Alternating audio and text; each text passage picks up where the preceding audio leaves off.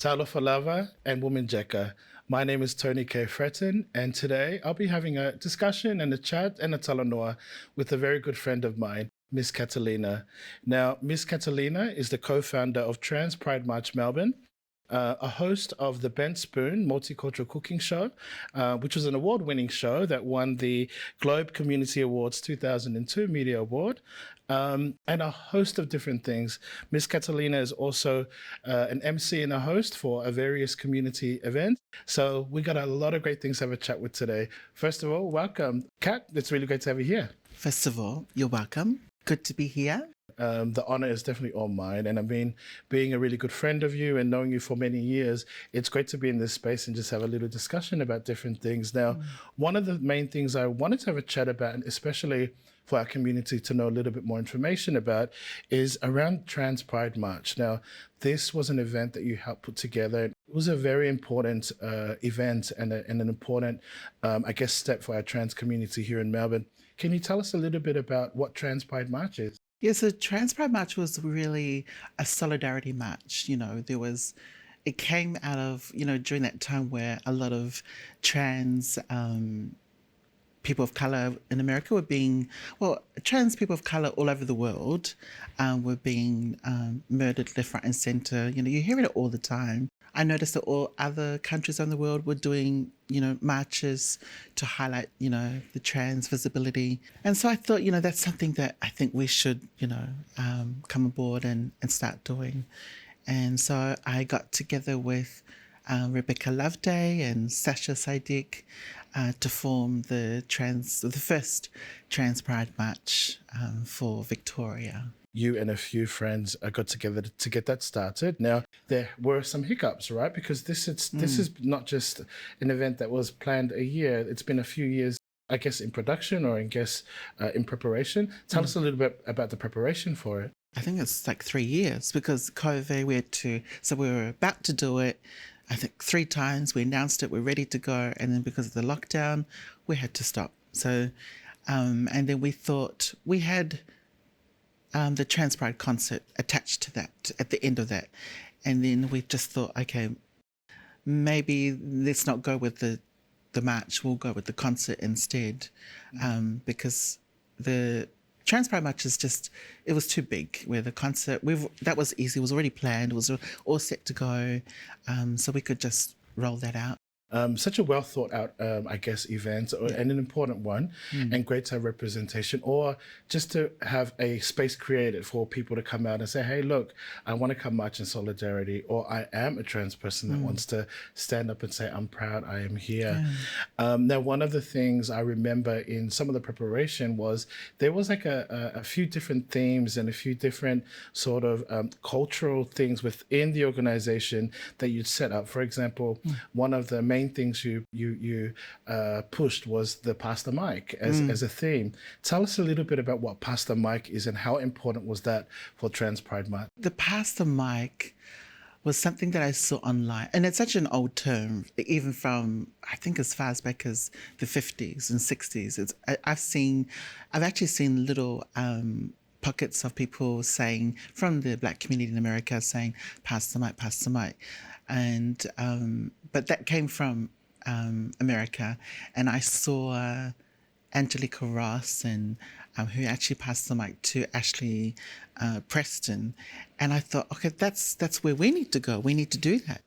So that's why we decided to ask people that sort of known but not that well known, that deserves to be seen and be heard in our community, because there is this thing in our community that I want to frame it really nicely, where it's the same people that you see all the time, but there's many of us, and you can't really speak on behalf of a community. That's my personal thing.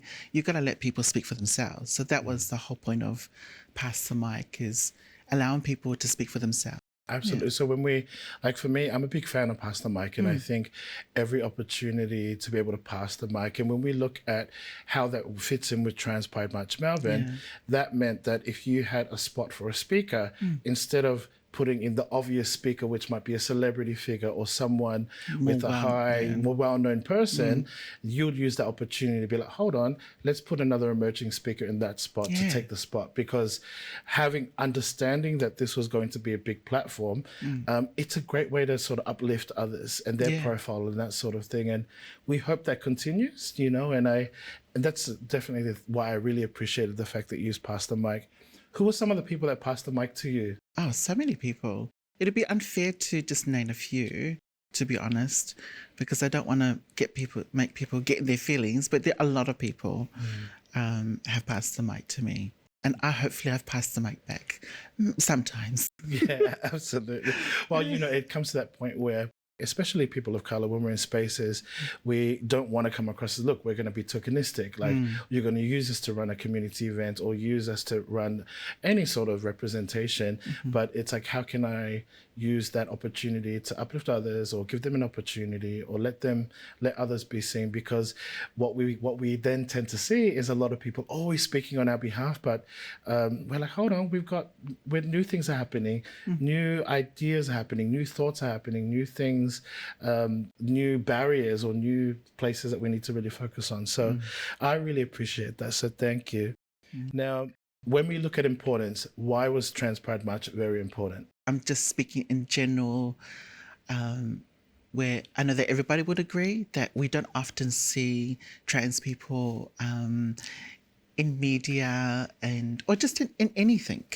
And so it's important that people know that they're valid and that they're important and they matter. That was really the core, that you do see yourself, that you can be something, that you don't have to try and conform into what society thinks that you should be. You can just be yourself in any way, shape or form. Yeah, absolutely. And I love that. And I think when we look at Trans Pride March, it was split into two different type of events, right? Yeah. We had the Trans Pride March, which is the march and the walk, but then we had the Trans Pride March concert. Now this ended up being, as I mentioned, 2 events, but you were able to run the Trans Pride March concert. Tell us a little bit about that part. Yes, the concert was actually quite amazing. That took like 3 years to plan, because that was going to be the end of the march. And at the very beginning we had 10 performers, but then by the end we end up having, I think, 6 or 7, but it was the same ones that we had originally. We weren't going to replace anybody, and there were people asking to be part of the concert, and I didn't want to replace the original people that couldn't make it. They didn't leave because they just left because they moved out of state and all that kind of stuff. And so we kept the 7. We were sponsored by Federation Square, which came really handy, and also Transgender Victoria. And what's happening next? Well, we're still going to do the march that we later in the year, so that's still going ahead. We're still planning that. And of course, the concert, that's a yearly thing now. Another exciting thing that happened was you won an award this year. Tell us a little bit about the award and what was the award for? That was part of the Globe Community Awards here in Victoria. We won for Outstanding Media LGBT. I probably didn't even get in that right order. So that was a really nice honour to get that award on behalf of Thorn Harbour Health. Yeah, congratulations and well done. You're so welcome. Now, I like it. Tell us a little bit about it. It was called The Ben Spoon, is that correct? Tell us a little bit about that show. The Ben Spoon is a LGBTQI multicultural cooking show, and we have guests coming in from all different multicultural backgrounds, speaking about the recipes that they usually cook at home, and also about their lived experience. So it's a combination of 2, because I think they really go well together. Their lived experience, because most of it's, when you're sharing stories, it's always really around food. Yeah. So this is a great way of combining the 2 together, and I'm glad that it's not a competition kind of thing, like a normal typical cooking show is. I'm really grateful that you mentioned that, especially around being able to share around food, because it's so part of many cultures. It's a love language. In some people think of that. I think of it as that. Yeah. Preparing food, making someone a dinner, making someone food, and to be able to hear when we talk about multicultural different food, there were some dishes in there that I've never seen before in my life. I never knew the meanings of the regions or where some of these foods are created, but then at the same time, their own personal stories were very, very different.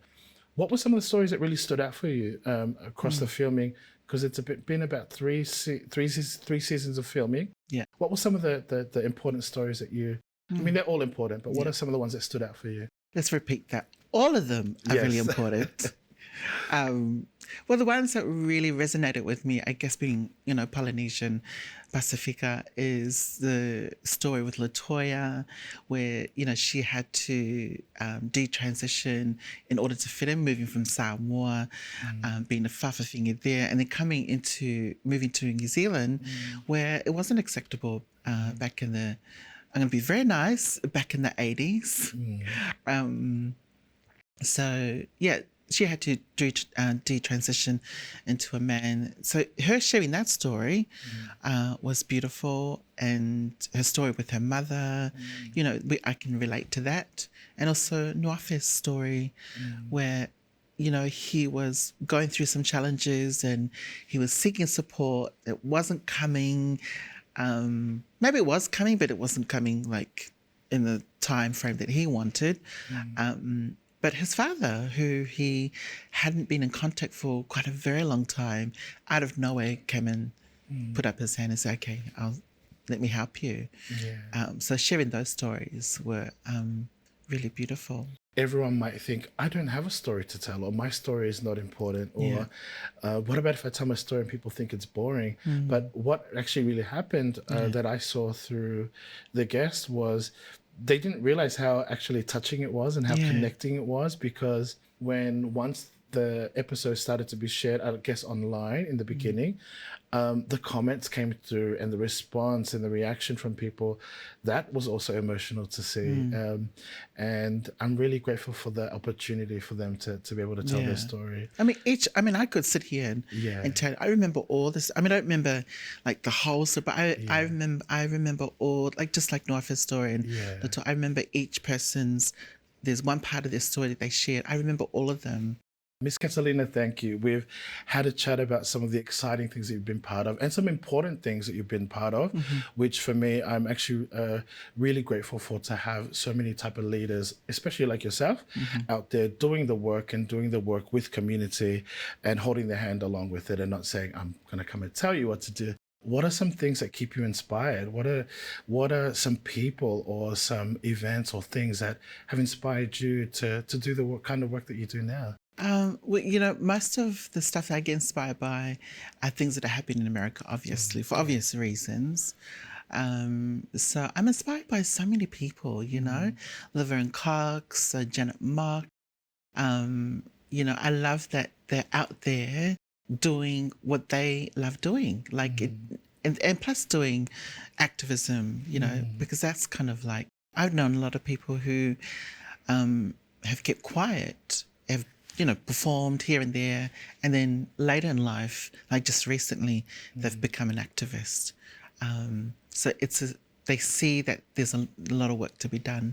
I have a lot of people that inspire me too, and I can list some of the specific reasons, and when we look at some of the work that you're doing now, a lot of the focus is, number one, at being a trans woman and the trans community. Number two is being a trans woman of color, which is also very important as well. And also, I know you always speak up around our First Nations and Indigenous communities, which is really important, just so that our community can see what does it mean to you to be always all the importance that all of us should have around speaking up for Indigenous and First Nations people. It goes back to me being brought up raised in New Zealand. My auntie is First Nation. She's Māori, half Samoan. So she taught me how important it is to be connected to her land, and And I learned that in school as well. In school, when in kindergarten, we learned to speak Māori and all that kind of stuff. So that has never left me. And then going into primary school, we're still learning about, indigenous culture in New Zealand, the Māori culture. And so we learned more of that than my own culture, being Samoan. And when I came here to Australia, when I was 16, it was a real culture shock because there was nothing. And so I was like, wow, where can I connect with First Nations people? And it was just, there was no one. I couldn't find anybody. Yeah. So that's why it's so important. That I think that's why sometimes people mistake me as being First Nations because, I'm always, I'm not a representative of the First Nations people, but that's what I've been doing since I was little, Right. So nothing's changed. And I think it's important to understand that we are on, Aboriginal land. Yeah. That's really important. That's like if people were to go to Samoa and start their own thing and not even acknowledge the land they're on. So I think it's important for us, as Pacific people to acknowledge that as well, because often we don't acknowledge. A lot of multicultural communities can do a lot better. The theme this year for NAIDOC Week was Get Up, Show Up, Stand Up. And you were able to also take part in that march as well. We both did. Yeah, I mean, I didn't want to mention it, but we did it together. How was it for you in all the different marches you've been part of? How was this year for you? Oh, I loved it. As someone, we obviously are allies to the First Nations community. But, I mean, this is probably the third time I've marched. I don't know what happened to the second and first. I go, but I don't know. I don't remember much. I just remember that I had to go, that I needed to go, and it was important to go. But this time round, it was maybe I was in a different time frame, but this time, it was like, oh my God, this is amazing. I think it was different because I think we just marched, heard the people talk, and then it was finished. This time it was different because, we had to march and stop, and then there was people speaking and performing, march again, same thing, people speaking. It was past the mic. They were getting people, asking people who wants to come and talk. I think that's why it was so powerful this time.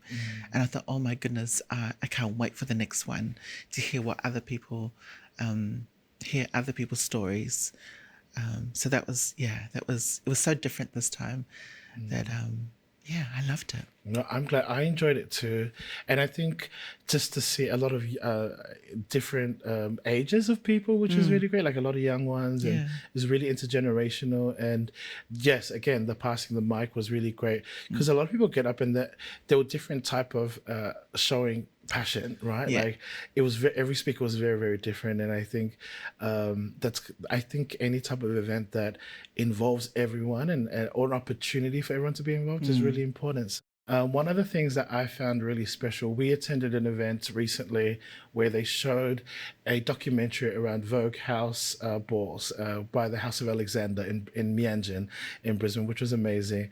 But this concept of having a house or having a chosen family is not a new concept now. But one thing I really want to chat to you about, and what I hope you can shed some light on, is something that I really adore about you, and it's about you being like a mother to a lot of younger up and coming trans, gay, like lesbian, like you've got all these children. Tell us about that. What does that mean? What does chosen family mean? What does it mean to be like a mother? I can really speak of trans, and it really comes down to hormones, because when you're taking hormones, it really takes over your mind, not just physically, really mentally. It changes your thoughts, or your way of thinking, or your way of living, and you kind of go back to acting or behaving or thinking like a little teenager who needs direction. And so that's where the mother figure comes in.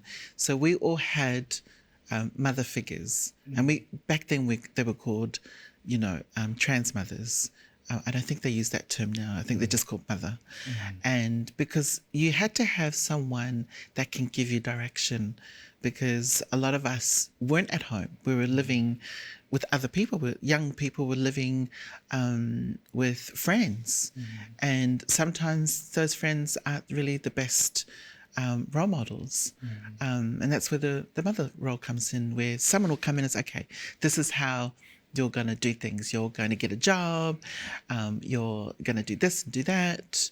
And they teach you everything that your actual birth mother wasn't able to do.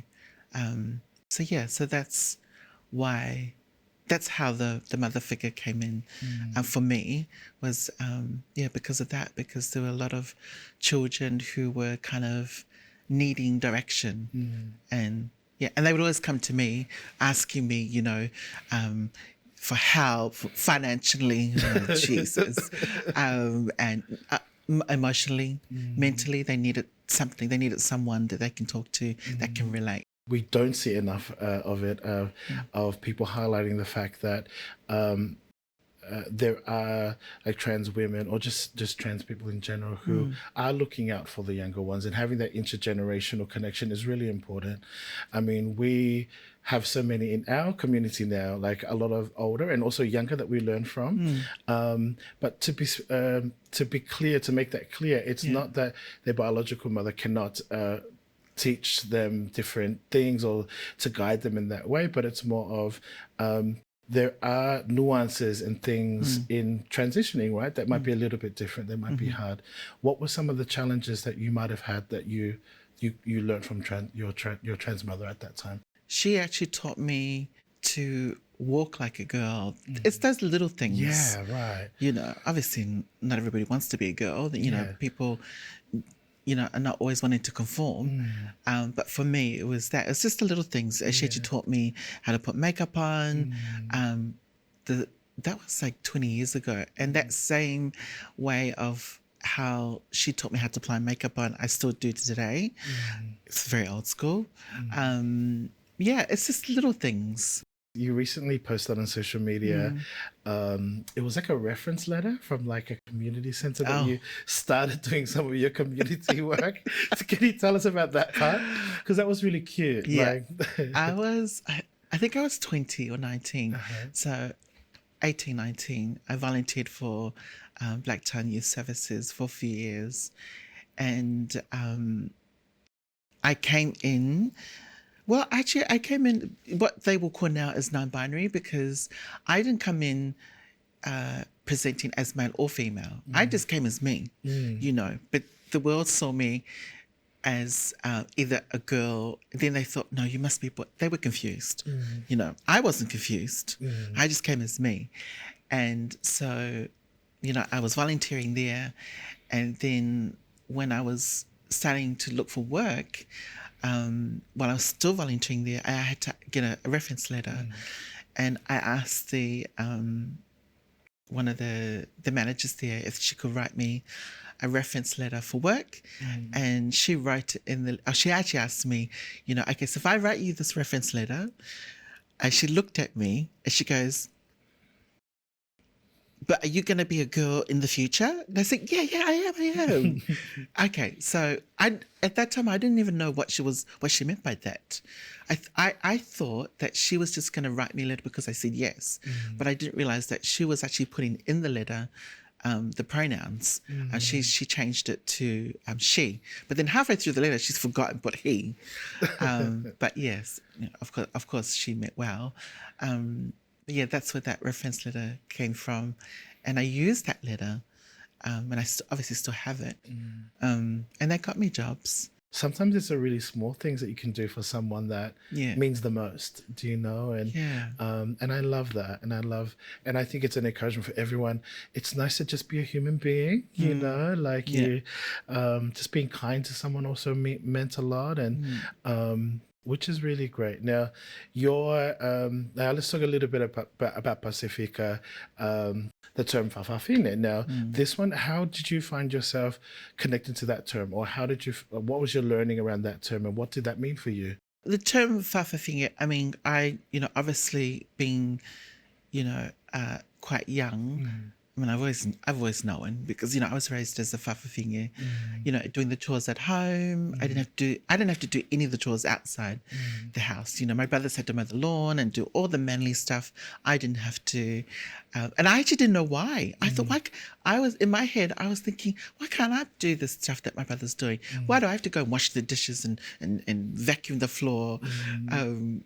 I think I just wanted to be with my siblings because it was just me in the house. Because it was at that time it was just all the boys, and then my two older sisters were either at work or in another town, and so they treated me as the girl, and so I had to stay inside and do all the cleaning and all that kind of stuff.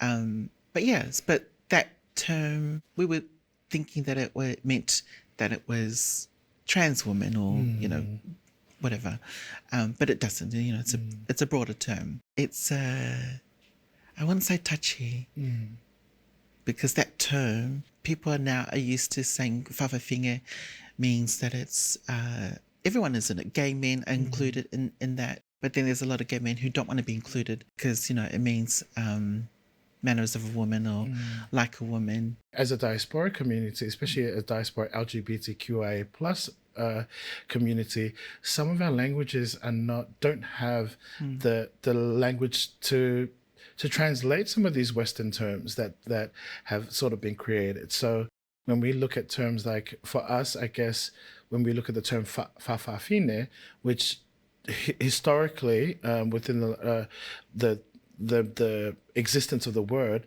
has meant in a manner of a woman or mannerisms of a woman, which there's also the other term as well, which is whaatama or whaatama, again, in a manner of a man. But I guess when we try to translate our terms from the Pacific to Westernize our words, it's almost we're more closely to the non-binary than we are closer to strict gender roles or gender binary terms as in the Western world. So it's a little bit, I guess that's definitely explains why it can be a little bit tricky and become a debate. For me, I believe that non-binary people were first because Absolutely. there was no hormones that day. Non-binary people, I think they've been here, they've always been here, and we've just evolved from that. Historically, I mean, I've seen images of what a whawhawhinga looks like, and it does not mean they look female presenting. They could just wrap their ilava differently, but that's it. But we're from small islands. We don't have access to makeup. Even cis women don't have access to makeup or the normal things that we don't have salons and things like that, or all the products to do grooming. To the level that we do it in Western cultures, in Western world. But we don't actually care either. Yeah. It's not in our thing to care about looking feminine. It's just whenever we feel like it. Yeah. Because our culture really tolerate. I like to say they are, somewhat accepting. But obviously some people don't like saying, accepting is probably not the right term, but somewhat accepting. As a gay Samoan, in Samoa, people just call me whawhawhinga, and I'm okay with that. Yeah. Because I've never looked at it from a term of that is an offensive word. Because the people in my life, I look up to whawhawhinga people. Like, I think they're the most amazing people in the world. So if anyone turned around and said, "Oh, you're whawhawhinga," I'm like, "Thank you. I really appreciate that. Yeah. Thanks for the compliment." And I've always looked at it from a position of strength. I grew up in Australia, and I lived in Samoa for 10 years. And it was a culture shock that I think a lot of people should know, that whawhawhinga were part of everyday life. Like, they're driving the bus, they're in the bank, they are your teachers, they are your preschool teachers. It's not like over here where they're still fighting for those rights to be employed in those type of employment. So my encouragement would be for anyone to really have a look at some of these Pacific Islands and see how they live daily life, which is different to law. And they're saying, they've got different laws in place for homosexuality, and then and all the different human rights laws that they're fighting, which it's different when you are looking at it from a legal point of view, and different from when you're actually there seeing it culturally and how it's actually played out. So religion has a big part of that. I mean, were you a religious person growing up at all? My family was. How did you navigate through religion? I didn't have an issue with it, until one day my brother told me that, God said he doesn't love you. Oh, okay. Yeah, I'm like, oh, all right then. Well, guess why we go to church tomorrow? I wouldn't say it was really the church. I would say it was the person that told my brother that. Because I still have respect for, the church, the religion that my family belongs to. Although there's a lot of things I disagree with, but then you can find that in every religion or any group. But it doesn't make them bad people. It's depending on the individual person that's teaching. I just remember going into, classes, and the teacher is just, making up stuff.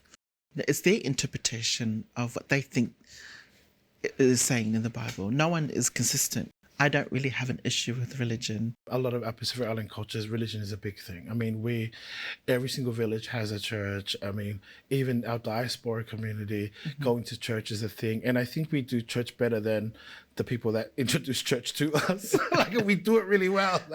We do church really, really well. But at the same time, it has its positives and negatives. Well, we had our own gods before religion came into. Absolutely. It's about decolonizing. Like, who are we as people before colonization? And I think that's really interesting, because when we look at that, gender roles and sexuality roles, that was something introduced to the Pacific Islands. That sort of thing of us growing up together and our roles in terms of what a man's meant to do, what a woman's meant to do, what a non-binary are meant to do, that it was very, very shared. And we had that village mentality, not an individualistic one. Yeah. But there were some things that really, really minor. But when you look at some, we're very privileged in the Pacific Islands, because as Samoan people, we've kept really strong in our culture, whereas others have completely lost their culture, or lost their language, lost so much of who they are as people because of colonization. But we're a bit more privileged than that, being Samoan. So we come from ancestors of fighters and warriors. We've got the Mau movement. I feel like that's in our DNA. It's definitely in my DNA. Yeah. I don't know if I've got any relations part of the Mau movement, but I feel like that, I drive from that through my activism. Even before I started being an activist, I read so much about the Mau movement. And that time when I was reading that, I wasn't thinking of what I've done so far in the past, 10 years. When I read it in school, because I studied Samoan studies at school, I just thought I had to learn, because I didn't really learn much about Samoan history, through family. And I wanted to learn more, about Samoa. So just to help out our people watching, the Mau movement, which is MAU, was a movement started by a few of our Samoan chiefs and leaders who helped turn Samoa, or gave Samoan independence through their colonized the countries who took Samoa into administration. So the Mau movement was the movement of us moving from administration by another country into being an independent state or an independent country. And with you, I find a lot of resonance in that as well. And I think we should all I think if we could all stand up for each other, like if you see someone struggling, or if you see anyone that's not doing well, it's like, how can I be of service to them? How can I help that other person? And I think there is so much of that you do already, and you do so well, that, I can definitely see the Mau movement in you. It's in your blood. Thank you. I'll tell you this little story, right? Because, I was adopted out to my dad's brother, but I still was living with my birth father as well. So I was back and forth. So my mother and my dad had my adopted mother, I don't like saying that, but, and my birth father were having a fight over the Mau movement photo, because my dad was one of the few people that had the Mau movement photo brought into, had a copy of it in New Zealand. And he had it when he came he brought it with him when he moved to Samoa. And so it was a rare thing to have. But I grew up hearing people about this photo of group of people, and I just remember the word Mao. And I remember my parents, both my parents, they were full on like arguing. And I just thought, I read this painting, this picture, because I had no idea who that picture was. And I thought, the leader of the Mao movement in the middle, I thought he was my grandfather. I thought that's probably why they're fighting, because it's, my grandfather. So I had that memory stuck with me for so many years. And I really thought it was my grandfather in that photo. And I learnt, in my 20s, actually not long ago, okay, so it wasn't my grandfather. Well, it could be your grand-uncle. It could be your grandfather's cousin. Who knows? We're all related. Miss Katalyna, I'm excited for the many things upcoming for you. And thank you for spending your time with us today. But yeah, thank you. Thank you, everyone, for catching up with us today with Miss Katalyna. It's been a pleasure having you sharing with us and chatting with us. And yeah, we're really, really excited for everything happening for you upcoming. And for anyone that wants more information about some of the things that Miss Katalyna is up to and what she's doing, you can find her on Instagram. But yeah, thank you very much. It's been a pleasure.